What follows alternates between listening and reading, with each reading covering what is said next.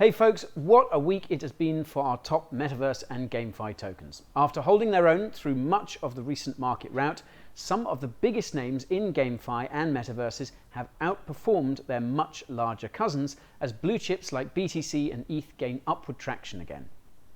Decentraland's Mana token is up a full 26% on the 7-day chart at the time of shooting, and Sandbox's Sand has performed pretty well too, showing an equivalent 16% upward jump in the same time period. Top GameFi token AXS of Axie Infinity fame has seen an even stronger 7 days, showing a 32% rise after experiencing a seriously rocky period as major blue chip cryptos took a tumble. Now, one GameFi token, though, in particular has shot up recently, and that is Gala Games' Gala, which has nearly doubled in price over the last week. Though its market cap is little more than half that of AXS, the move is still impressive given Gala's position as a top 50 crypto by market cap. In terms of explaining the price jump experienced by Metaverse tokens, the resurgence of broader market sentiment certainly has a large part to play.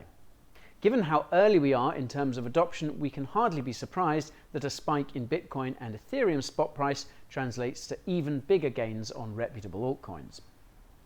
Let's also not forget that the same tends to go for price drops as well as rises.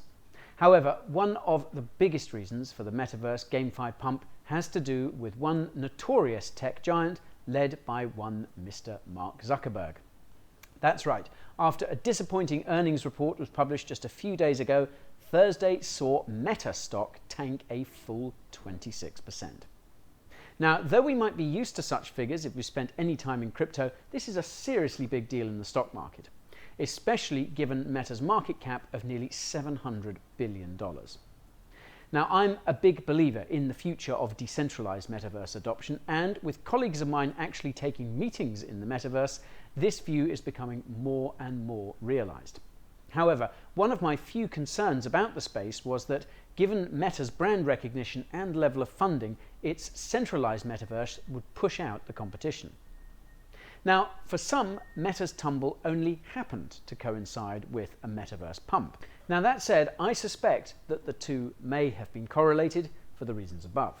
That is, Meta's lack of recent success, coupled with the public's understanding that Meta's metaverse will be highly centralized and geared towards harvesting and selling user data, while decentralized counterparts have a great platform to tout their merits by comparison. The bad news about Meta both gives exposure to metaverses generally and serves to highlight the benefits of the decentralized alternative, where users are allowed a high degree of ownership. In other news, traditional video game retailer GameStop, famous for its Reddit-fueled short squeeze last year that put countless institutional investors at a loss, has announced a partnership with Immutable X. Now, Immutable X is an Ethereum Layer 2 scaling solution designed specifically for NFT minting and implementation.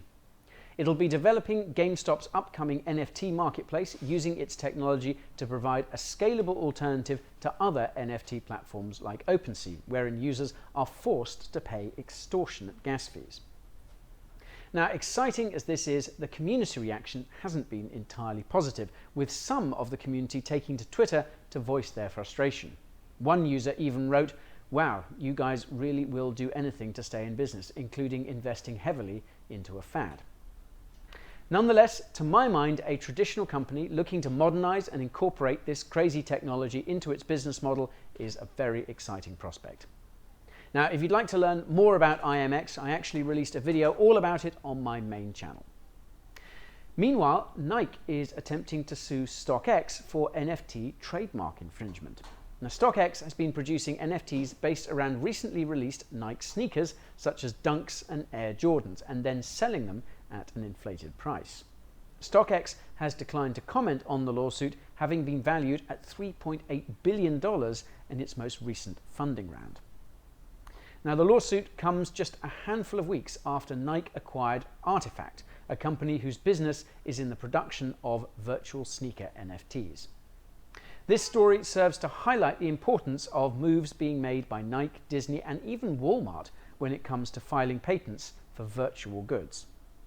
Indeed, as Metaverse and NFT adoption grows, those IP rights are only going to become more valuable and more important. In lighter news, Decentraland has hosted its very first Metaverse wedding. A couple from Phoenix, Arizona have gone so far as to actually tie the knot inside the Metaverse. The wedding was attended by a crowd of 2,000 virtual guests, including, most importantly, Supreme Court Justice officiant Clint Bolick. A meta-marriage framework was constructed that involved a virtual premarital agreement used to identify the individual's metaverse identities. That said, the Metaverse isn't ready to host the perfect wedding just yet. Technical issues were encountered around the number of guests that appeared to witness this piece of digital history, and the NFT gifts available to guests were all swept up in the first 20 minutes. What's more, for some witnesses, the groom's avatar was left at the altar, with the bride failing to appear for some viewers on a certain server.